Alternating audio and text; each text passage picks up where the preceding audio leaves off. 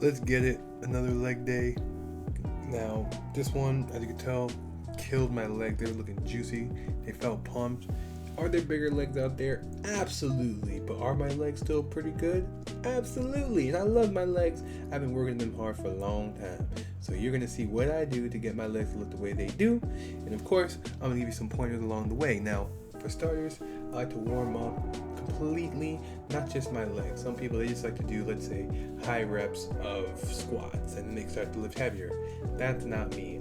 I'm working out my entire body prior to my workout for targeting my legs because our body is connected. And if your body's cold, you're not going to perform well. So I'm doing some dynamic movements, some dynamic stretches, warming up my quads, warming up my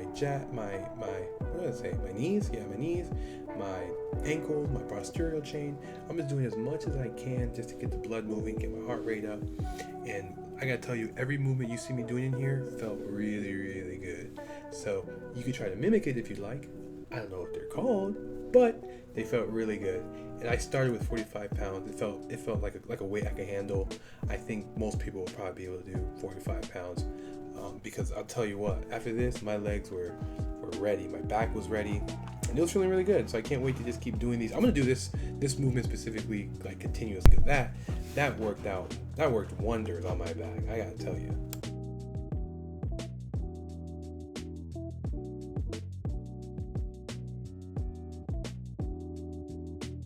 In an advanced stretch, I don't even know what it's called, but I do it a lot.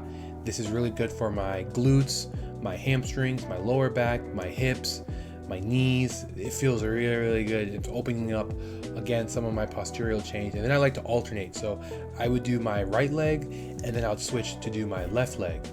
And it's the same thing. It's just opening up both my hips. I try to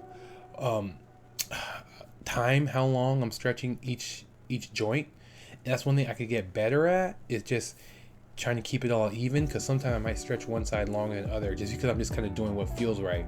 But you know, at the end of the day, you want to keep your whole body balanced. So don't copy what I'm doing here in that sense, because I'm really just kind of doing how I feel. But make sure that you're keeping an account of how many you're doing for each leg. And now we're getting into the meat and potatoes. So one of my favorite lifts, pendulum squat. I don't really want to consider it a lift. I'm gonna say a movement, because I'm not really lifting anything.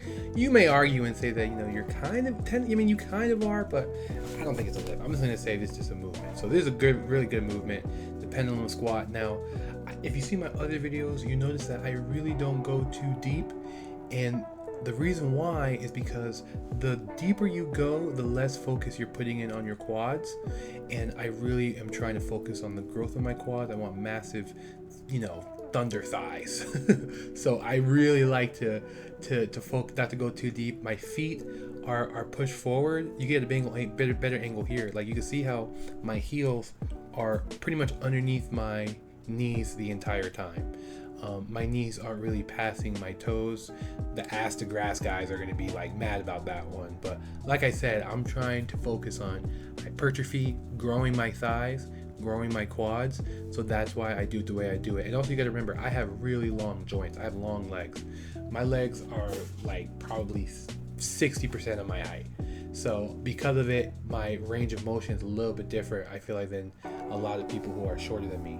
Now, not every gym is going to have this, but I was supersetting my pendulum squat with this movement. I can't remember what it's called, but it looks so awkward. It's like the Diddy press. But I ain't gonna lie, but that thing felt good, bro. I'm saying, like, in my quads, after this, I wasn't even going that heavy. I had maybe 90 pounds on there, 45 on each side. But bro, that Diddy press, like my quads were shaking. I was like making all this noise, not because I was just yelling, but like you could literally hear, like, if like you would hear the whole rack just like shaking because my legs were firing so hard. So that felt really good. And then I would just jump right back into the pendulum squat. So it wasn't really a circuit because it just looks like it in this video, because I didn't incorporate the rest. I was resting between, so I did a pendulum squat, Diddy press, and I did that, and I rested like maybe 30 seconds, a minute, and I went right back to it. My rep range, I was doing minimum of like 10 to 12, and then I try to go up in rep range every set because I'm trying to really push my legs. And honestly, my legs, I'm pretty happy with them at this point. I don't think they need to be that much bigger. I think if they're gonna get much bigger, it's because I gotta hit them more. I just gotta hit them more frequent, because this is like I currently hit my legs like once a week.